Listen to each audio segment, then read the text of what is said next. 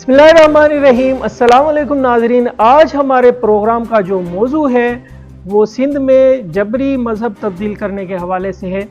ایک خاص قسم کی لابی اور جو ہے کچھ ممالک جو ہے وہ پروپیگنڈا کیا جا رہا ہے ان کی طرف سے، اور کچھ ہیومن رائٹس کی تنظیمیں ہیں جو پاکستان پر پریشرائز کر رہی ہیں پاکستان کو، اور ان پر دباؤ بڑھا رہی ہیں کہ پاکستان بالخصوص سندھ میں جو ہے وہ مذہب کے نام پر جو ہے جبری مذہب جو ہے وہ کم عمر بچیوں کا جو ہے وہ تبدیل کرایا جا رہا ہے۔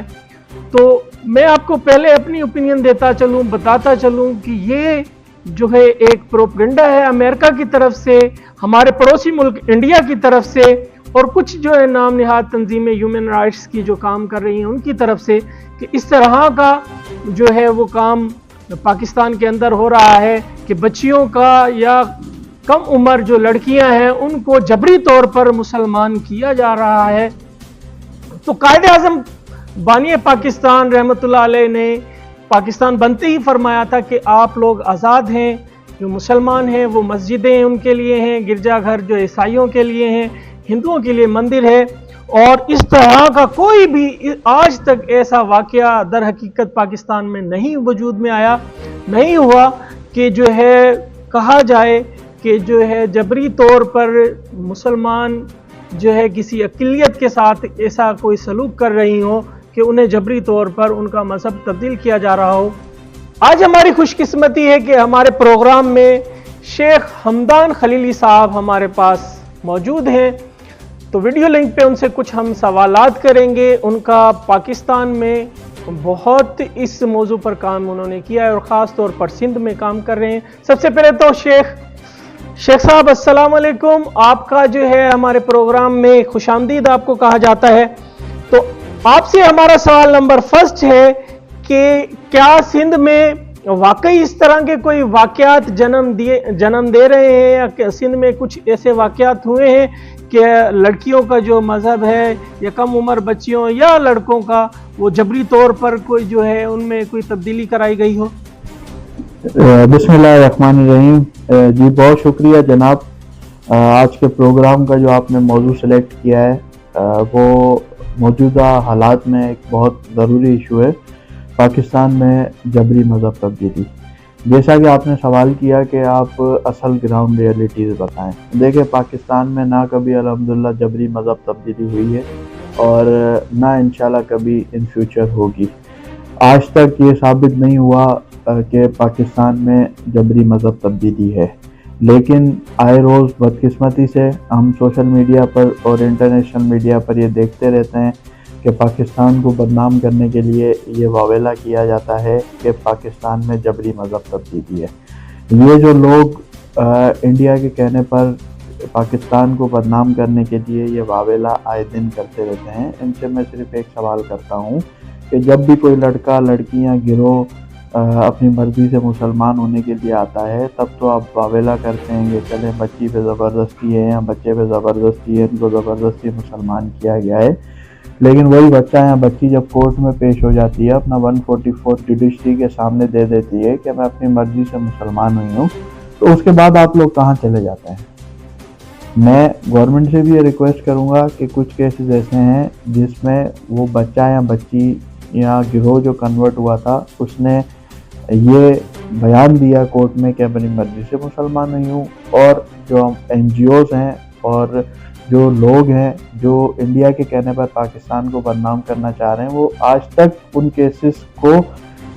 کیسز کے نیریٹو کو فورس کنورژن میں شو کر رہے ہیں۔ میں گورنمنٹ سے بھی یہ ریکویسٹ کروں گا کہ لہٰذا ان کے خلاف کنٹیمپٹ آف کورٹ کا سزا دی جائے ان کو کہ یہ کیوں پاکستان کو بدنام کرنا چاہ رہے ہیں۔ میرے پاس 2015 سے لے کے 2025 کی 15 جنوری تک کا یہ میرے پاس ڈیٹا موجود ہے گلزار خلیل کا۔ 2015 سے لے کے 15 جنوری 2025 کا یہ ڈیٹا میں آپ کے ساتھ شیئر بھی کر دوں گا۔ اس ڈیٹا اور میری ریسرچ کے حساب سے اس میں 80% جو کنورژن ہے وہ فیملی کنورژن ہے، اس کے بعد 12% کنورژن ہے وہ لڑکیاں ہیں جو 18 سال سے بڑی ہیں۔ اس میں سے 1 یا 2% کیسز ایسے ہیں جس میں بچی کی عمر 16 سے 18 کے بیچ میں ہے. 16 سے نیچے اس ڈیٹا میں کوئی بھی بچی موجود نہیں ہے. 2% کیسز ایسے ہیں جو 16 اور 18 کے بیچ میں ہیں. ایک بات مجھے بتائیں کہ پہلی بات تو یہ کہ ہم ایج کو جو کنسیڈر کرتے ہیں، پاکستان ایک اسلامک ملک ہے اور پاکستان حاصل کرنے کا مقصد یہ تھا کہ ہمیں ایک ایسے خطے کی ضرورت تھی جہاں ہم اسلامی قانون کے مطابق اپنی زندگی بسر. دیکھیں، کوئی بھی مسلمان لڑکی جب گھر سے نکلتی ہے اور اپنی مرضی سے جا کے شادی کرتی ہے، تب تو یہ NGOs بڑا واویلا کرتے ہیں کہ جناب یہ ہیومن رائٹس ہے اور لڑکی کو یہ حقوق حاصل ہیں کہ وہ جا کے اپنی مرضی سے شادی کرے.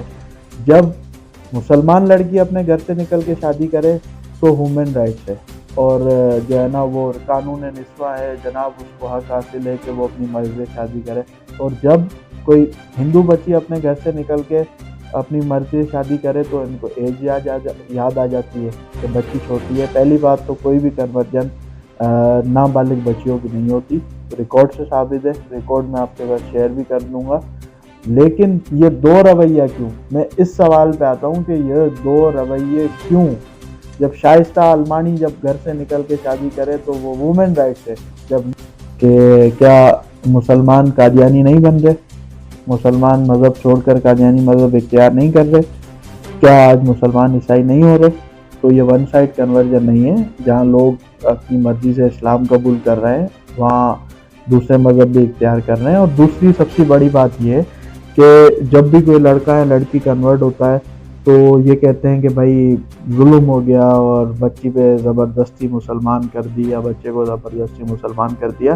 آپ جائیں ڈسٹرکٹ تھر پارکر میں، گاؤں کے گاؤں ہندوؤں کے عیسائی ہو گئے، وہاں پہ تو آج تک کسی کا بیان نہیں آیا کہ لوگ عیسائی کیوں ہو رہے، لوگ قادیانی ہو گئے.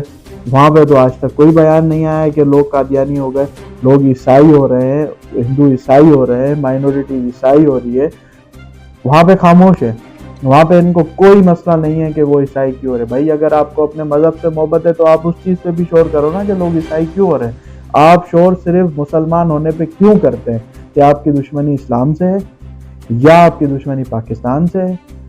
اس چیز سے ثابت ہوتا ہے کہ بالکل ان کی دشمنی جو ہے وہ صرف اسلام سے ہے. وہ صرف پاکستان کو بدنام کرنا چاہتے ہیں. پڑوسی ملک میں جہاں مائنورٹیز کو حقوق نہیں مل رہے، اس کے بدلے یہاں پاکستان میں مائنورٹیز کو ہر حقوق حاصل ہیں. تو پاکستان کی ساکھ کو خراب کرنے کے لیے، پاکستان کا نام بدنام کرنے کے لیے صرف یہ چیز جو ہے نا وہ وائرل کرتے ہیں کہ یہاں پاکستان میں زبردستی کنورژن ہو رہی ہے. حالانکہ گراؤنڈ ریئلٹی پہ ایسا کچھ ہی نہیں ہے، صرف یہ ایک فیک نیریٹو اور سازش ہے. جی